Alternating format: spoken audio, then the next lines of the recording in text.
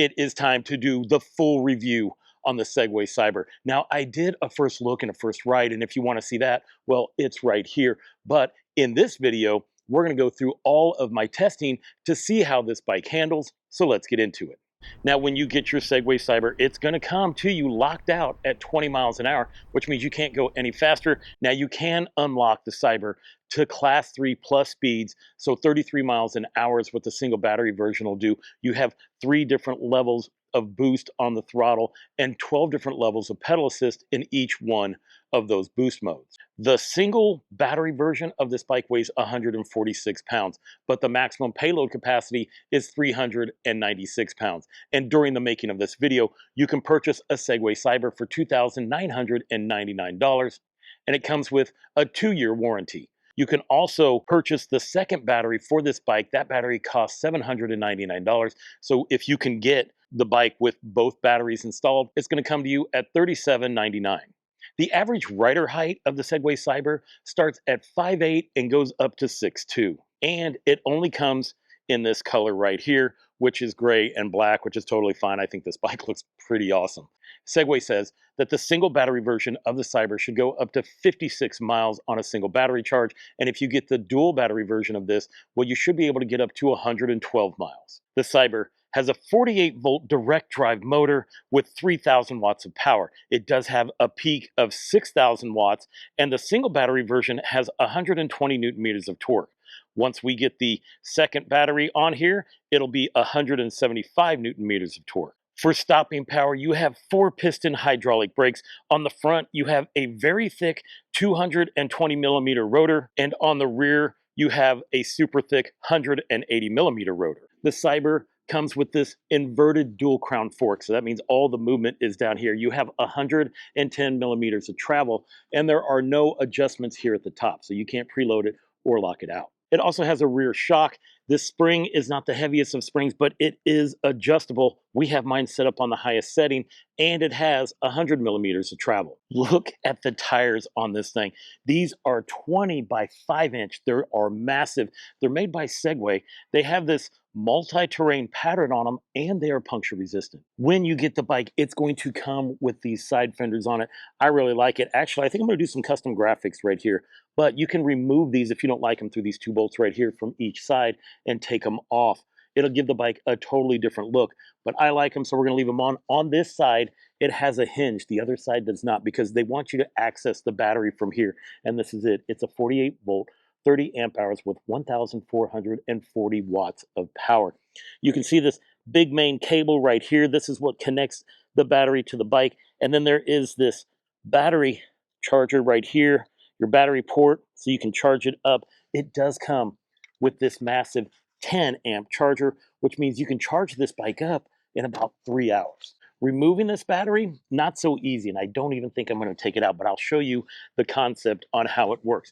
This strap right here, you can just push it in. This is Velcroed here, and this will release, and then there's a little clamp right here. You pull that out, then you use your key. It's going to come with like 4 keys. You put it in there, you turn it, you unhook this, pull that off, and then you should just be able to wiggle the battery out. Now, it does take some wiggling for sure. At least I know it does with mine. So we're not going to remove it, but you got to pull it out this way to get it out, and then to put it back in, and then you're going to lock it up. You're going to put this on here, make sure it is in the port, lock it down, put your hook on here, torque that down as well. It will hold, and then this Velcro strip makes it stick. Let's put that cover back on the battery port, close it up, and you're good to go. The Segway Xyber has a UL certification of 2271 and a UL certification of 2849. It also has an IPX rating of 5, which means it can handle low pressure water streams from any angle. Additional features include plastic fenders, plastic pedals, an elongated seat with room for a passenger, a reflector here on the fender, and it has this tiny, like where you can put a little custom license plate on it. But this fender right here is removable. It'll come off from this part forward, and you can ride it, also giving it a different look. Towards the front of the bike, you have this USB-C charging port. You have a USB-C A and a USB-C C. This space, when you get it, will be empty. This is an additional purchase. This is the soft shell bag. They have two different kinds. They have the soft shell and the hard shell. And at the time when I got this bike, the soft shell was the only one available. I have ordered the hard shell one. You'll see that when we do the dual battery test on this bike. But this is an additional purchase. If you are just sticking with the single battery version of this bike, you have a lot of storage space right there. So let's talk about size and fit. When it comes to adjustments, there's not a whole lot that you can do with this bike. Now, overall, the bike is 74 inches in length. And if you're looking at how high the seat is from the ground, well, that's 32 inches. So if you were gonna make some adjustments to the bike, well, you can use it with the handlebars. Now, I am 5'9" with a 32-inch inseam. So if I was taller and I was riding this, I could either put the handlebars forward and back, or I could sit farther back on the seat, just depending on the height on what's comfortable for me. Now, right here, this is what I'm gonna look like riding this bike today. Cockpit Operations. On your left-hand side, I added this mirror. It will not come with one, but I added this half knee bar and mirror. It will come with this grip.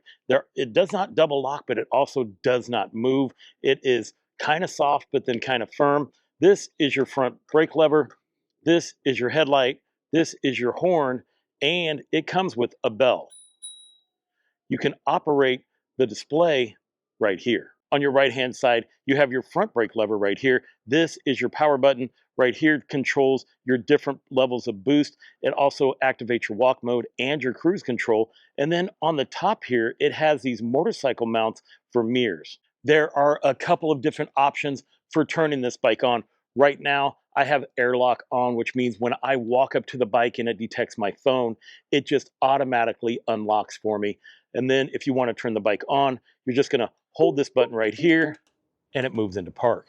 As you heard a bunch of clicking, because the front handlebars will lock and so does the rear hub. This is your display. It is full color. Right here, it is showing that we are connected to my phone.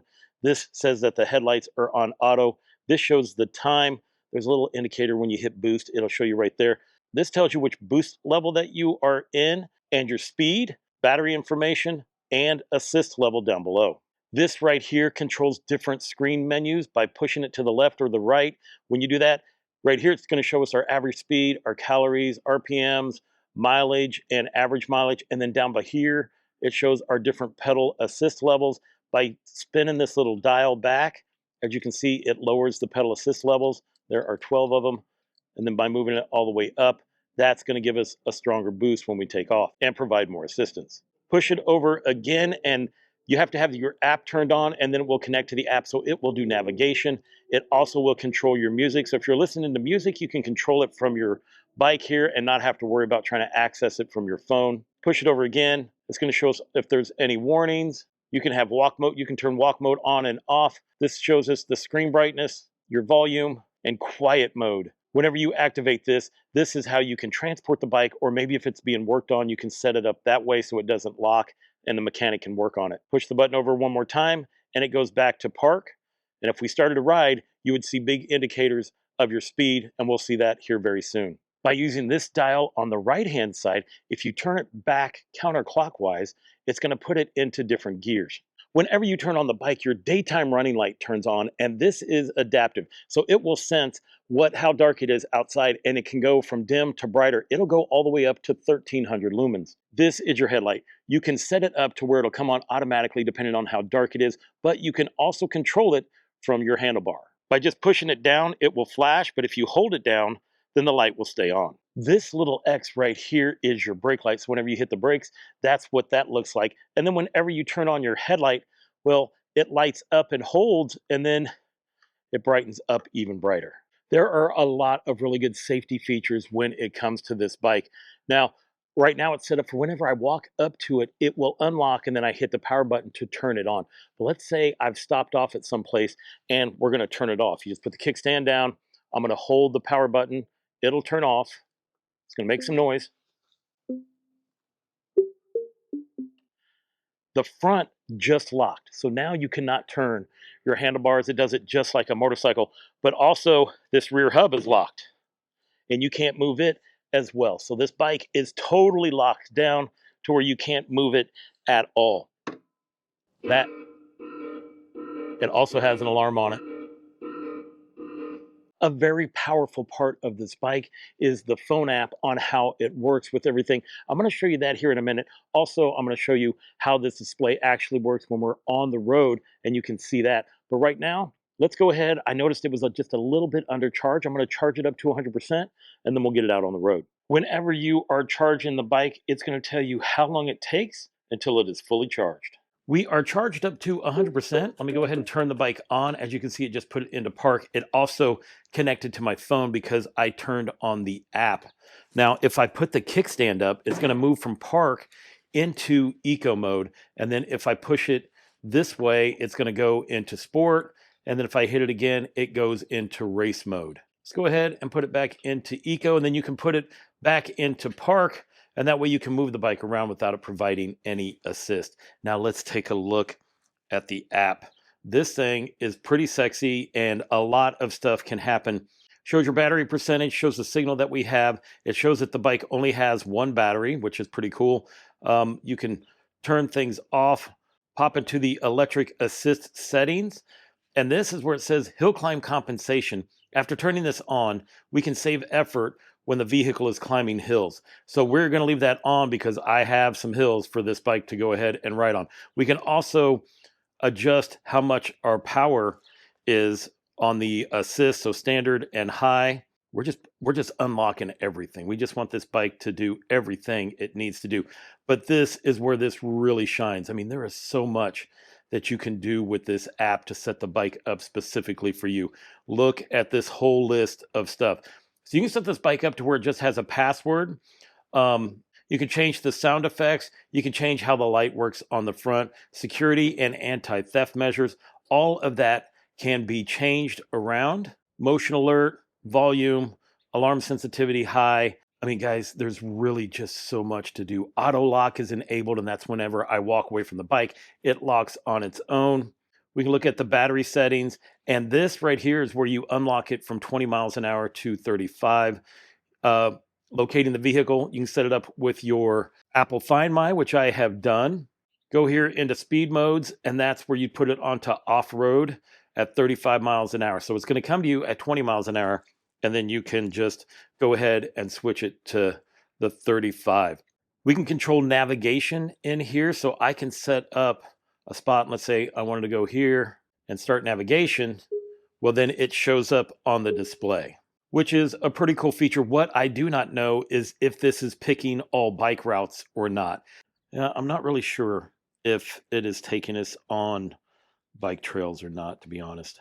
I don't know. Maybe once we get the dual battery version, we'll find out. Let's go ahead and exit navigation. It's getting that information from your Google Maps. This is our odometer. This is going to show us about our ride today. Right now, our recent trip was 0.7 miles, and that was going to get the bike and bringing it over here.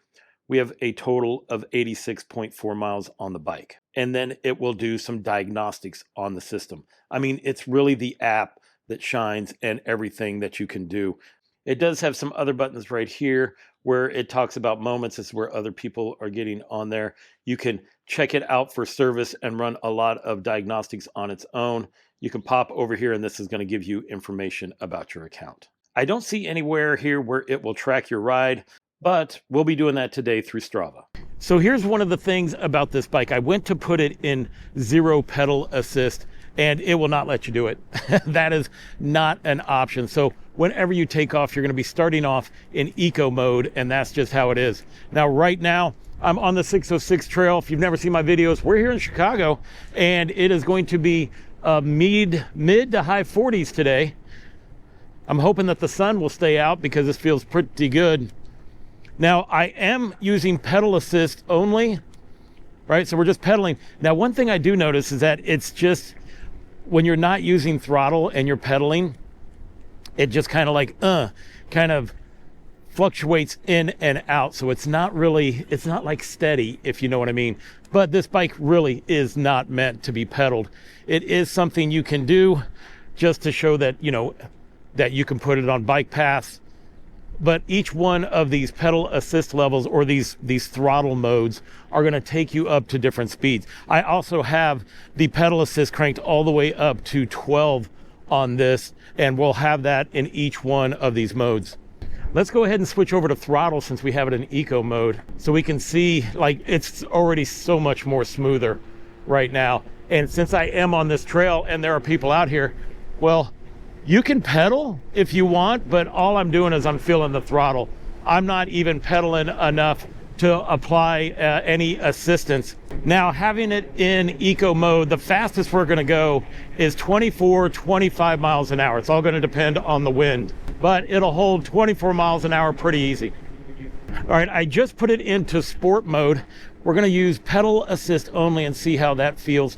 And right now I am already looking ridiculous. Number one, pedaling this hard. It's a little bit more consistent on the power, but you're not gonna do this. This is not something you're gonna do. And all of that, and I was already ghost pedaling by the time I hit 21 miles an hour. I still have it in sport mode. We're doing throttle only. Now it feels smooth. Now we don't have the choppiness that we do whenever we're pedaling. You know, like I said, you're not gonna pedal this bike for sure. We are holding at 30 miles an hour in sport. We will try out race mode when we're not on this trail. I just realized that I didn't start Strava. So we went like 3.5 miles before I turned it on. So I have to keep that in mind when it comes to the mileage. Let's go ahead and check out the speedometer. It looks pretty accurate. It might be 1 mile an hour off, which means that it shows that we're going 1 mile an hour quicker, or it could just be my GPS trying to keep up. But either way, it's gonna be extremely close, so I wouldn't even worry about it. Let's go ahead and check out the cruise control on this bike. Now, to activate it, all I gotta do is hold down on this button right here, and it should kick in. It just told me CCS is on, and now we are just cruising along. Let's see if it'll work if I'm pedaling. Yeah, so it doesn't matter if you're pedaling, it'll still stay on, probably until I touch the brake or hit that button again. Let's go ahead and do the brake test. We're gonna do it in 3 different modes. Number one, we're gonna do it in eco mode, where it's gonna stop at 24 miles an hour. And then we'll do it in sport mode, where we'll be at 30 miles an hour. And then we'll try it again at 33 in race. Oh, I felt that front end drop down. Okay, I'm gonna have to lean back whenever I do this, but it stopped super quick. We went 22 feet when it stopped. Oh, I can tell we're definitely gonna go past that 30-foot tape measure, but let's see how it performs when we're going faster in sport mode. We are in sport mode, and I'm cranking it right now, and we're helping it, and we are about to hit 30 miles an hour, so we'll be good to go. Leaning back for the brake. Oh, it felt like I was about to do an endo, but we stopped at 28 feet and we were doing 30 miles an hour. Okay, all right. This third one, that's gonna be sketchy. Round 3, pedaling, here we go. Let's go, 33, let's go. Oh gosh. Man, I hit those brakes super hard. Oh, where are we at? Oh, we're at 28 feet. Guys, I had this thing going all the way up to 33 when I hit the brakes. It was I was scared. I'm not gonna lie, I was scared when I hit this thing. But these tires are excellent when it comes to braking. These brakes feel great. You know, it's all about that 220. You got that huge rotor on the front that's gonna get us braking. You will go forward, but if you know you're gonna brake hard, just lean back into it, and then just let the bike take over. All right, yeah, that definitely gives me some confidence in the braking of this bike, man. And it was smooth. So let's move on.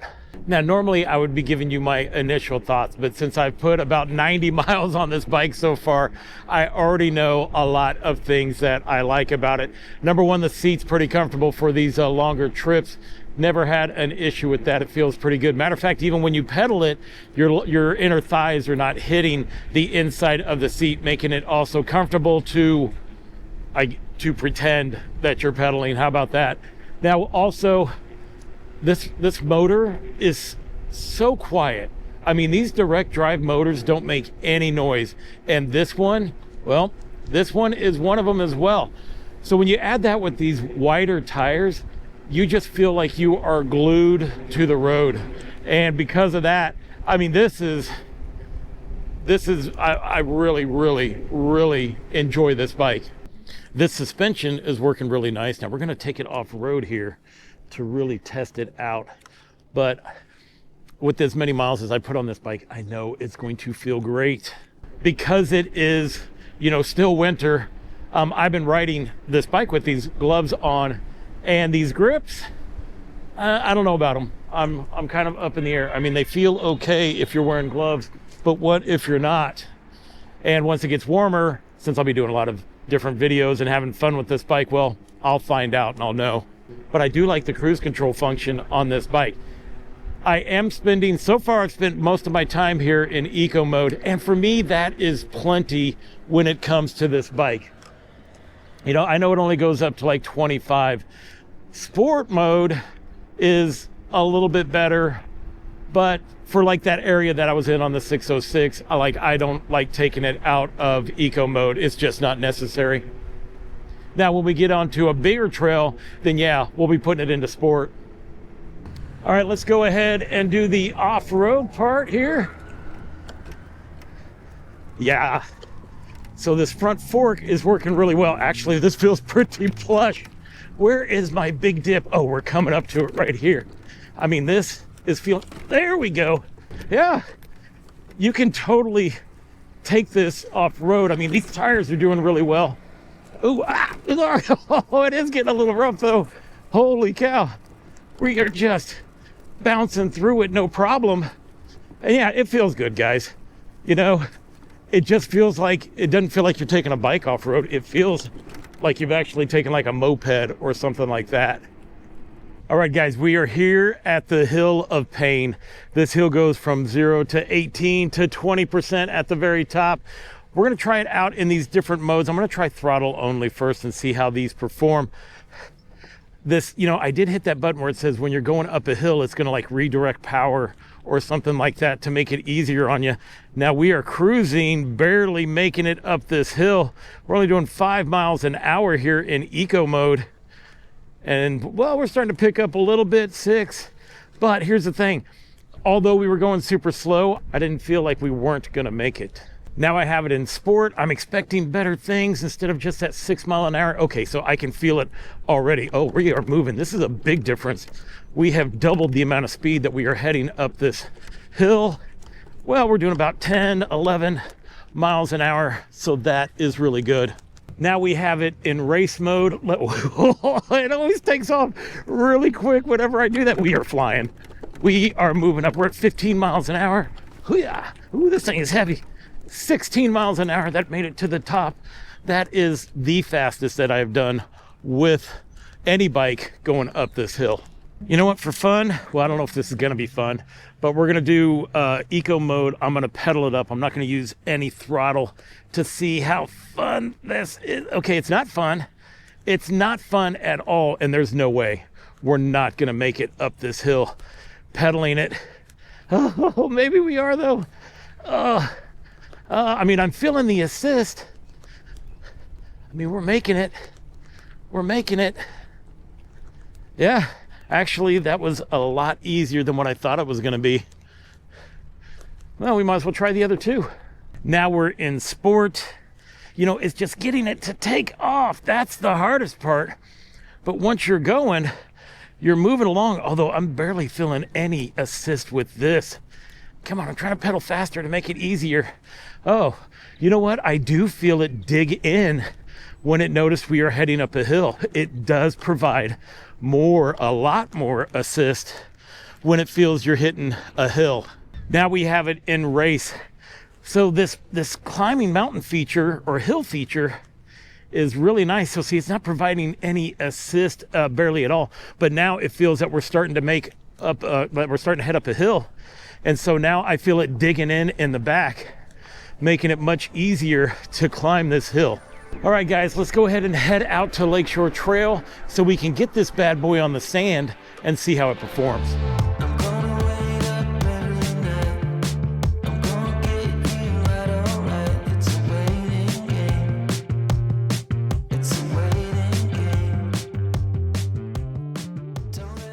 Now that we're in the city and we're riding around in traffic, I did put it into sport mode making it so that I can take off a little bit quicker from the start and also make it easier for me to keep up with traffic. I know some people complain because this bike will only go 33 miles an hour top speed. You know, in a city like this, like Chicago, this is plenty of speed. Like this car right here, I didn't think he was paying attention, so I want to make sure I got ahead of him, and he didn't. He just went into the bike lane. This bike has one of those kind of seats where you can ride it all day long and you'll still be comfortable. I am definitely looking forward to putting the second battery on this, just because it's going to give us more pep. Like right now, when you only have the one battery, you can only access the 3,000 watts of power in the rear. But then when you put the second one on, we get access to 6,000 watts, more torque, which means we'll shoot quicker off the line if we need to. Look, I highly doubt that I'm going to have it in race mode very often. Eco's fine with me, and also sport.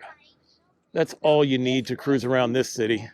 I do like where the ding for this bell is located. It makes it super convenient. I mean, it just naturally, your thumb will go there. It's the horn that throws me off a little bit, but we're getting it. We're figuring it out. I don't use the horn that often, nor do I figure I might, you know, just when people don't hear you. But I really prefer using the bell. It also makes me sound like a bicycle until they see me pass them. Let's go ahead and do the sand test. Now we're going to go ahead and put it into turbo mode. Here's one thing I know. Direct drives are not huge fans of sand, nor does this have like really deep knobby. So I'm not really sure how well this bike is going to do, but we're going to find out. Let's see if I can pedal. All right, here we go. Ooh. Oh, I think we're going to be just fine. Yeah, okay. So this bike is doing actually much better than what I thought it would be. Ooh, nice.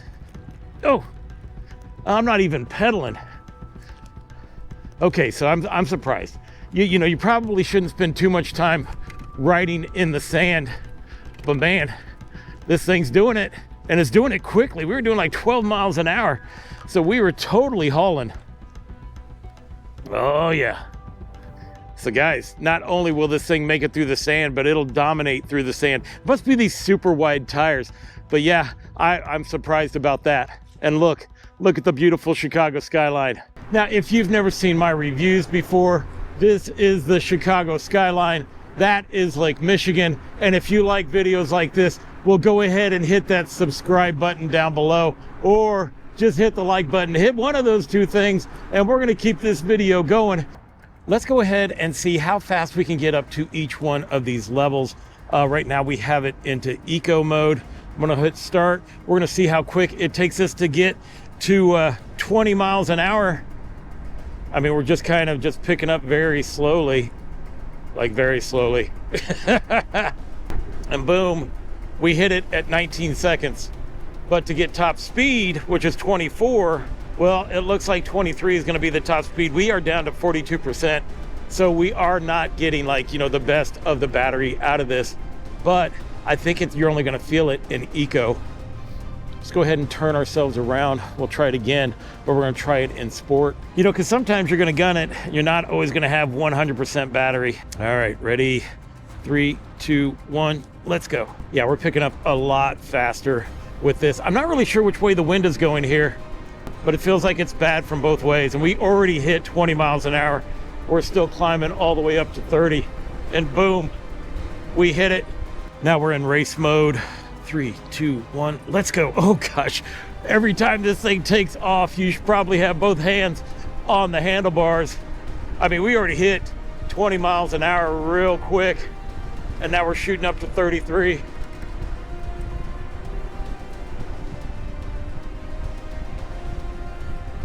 There it is, boom. And we did all that with only 39% battery power. At this point, we are down to 38% battery power. And just because I don't know how far I can go with this bike, and one thing I do not want to do is pedal this bike without power, well, we're gonna start heading back, and I'd rather be closer to home as we get lower on the battery. Right here is the riding position of this bike. You know, it's comfortable. You can sit back and lean forward or do whatever you need to do. But just riding around on this bike is an absolute joy. I really can't get over how quiet this bike is with the motor and the tires. It's crazy but I love it so much. It just makes everything a nice ride. You just feel like you're just moving through the city pretty effortlessly. Let's see if we can see the rear brake light whenever we hit the brakes. There you go. And then we have that X here on the front that changes brightness depending on what the darkness level is. You know, I see a chiropractor every week. You know what? I should probably, it's right here. And I haven't been this week. So I'm going to cruise over and I'm going to show you that locking this bike up is going to be super simple. I mean, in theory, I could put it on the bike rack and lock it to the rack, but we're just going to lock it like a normal motorcycle. I'm going to hold the power button. Oh, I'm sorry, put the kickstand down. Hold the power button. Turn the steering wheel.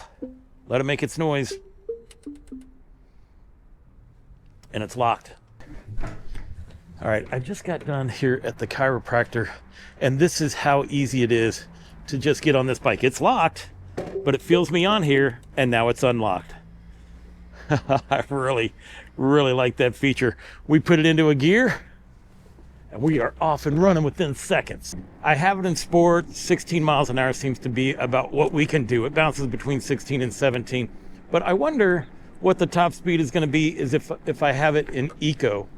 And in eco with 16% power, you're only going to get up to 12 miles an hour. But let's see if I can pedal this thing to get it going faster. And we can. It's just not that easy. All right, let's go ahead and put it into sport. I'm also using throttle because as I'm trying to pedal this bike, number one, it probably looks insane and it's not very practical. Wonder if we can get any faster in race mode. And now we have it in race. That actually feels a little bit better. Yeah, here we go. I am able to get up to 23 miles an hour in race mode with only 14% battery power. We just hit battery low, that just popped up. We are down to 8%. We are in race mode and we're holding 20 miles an hour. We have just hit 5% battery power because it hit me with another battery low indicator. And I think that once you hit that 5%, you need to be heading home, or hopefully you're close to home. I just felt the battery just try to give me more power. It's bouncing between 19 and 20 miles an hour with only 3% battery power. Ho, ho, ho. Can you guys see that? 1% battery. I have made it back. Actually, I've been back for a while, but I had to do some math just because of all the mess ups that I did when I started out this review. So let's talk about the distance that this bike went. Now, if you look at the display showed that we went 34.3 miles, but we have to minus 0.8 miles because that's how far I went before I recharged the battery and took off on this trip. With this display, as far as I can figure out, you cannot reset it for a trip because it tracks how far you've ridden in that particular day, and then it resets and starts over again. Now, if you take a look at how far we went, you take the 34.3 miles minus 0.8, that comes to 33.5 miles. That's what the display is showing you. But when I took a look at Strava, Strava shows that the bike went 27.25 miles. After I'd taken out the 0.8, I rode 3.3 miles before turning Strava on, which means that it went 30.55 miles according to Strava. Either way, this 30 amp hour battery is going to take you at least 30 miles. I'm a huge fan of this bike. I love how it rides. I mean, I put 86 miles on this bike before I even did the full review on it. So I'm familiar with it. You know, I didn't expect the performance out of it. You know, this bike is super quiet. I did like how it rode in the sand, and it was good on the hill climbing. You know what? Whenever I get the second battery in it, not only are we going to hit the hill of pain, but we're going to hit the hill of doom, which is a 31% incline, and we're going to see if this bike will actually make it up that hill. I don't know if it will or if it will not. Now look, there are still things about this bike that I have not figured out, so hopefully I will have them figured out by the time we get the second battery in there and I do the full review, the full second battery review. Now, if you are interested in the Segway Xyber, you know what? I finally got them to make me an affiliate. That link will be down below, so they do know who I am now. They didn't know who I was when I did my first ride with it, but they know who I am now. The affiliate link is down below, so if you want to support the channel, click on that link if you're interested in the bike, or even click on it to let them know that you support my videos. Now look, if this bike isn't for you, I totally understand. And YouTube does as well. Because of that, they know the kind of bike that you like, and they're going to put it up right here. Or at least I think they are. It should be right there. That should be the review that they want you to see next. And I want to thank you guys for watching. So until I see you again, enjoy the ride.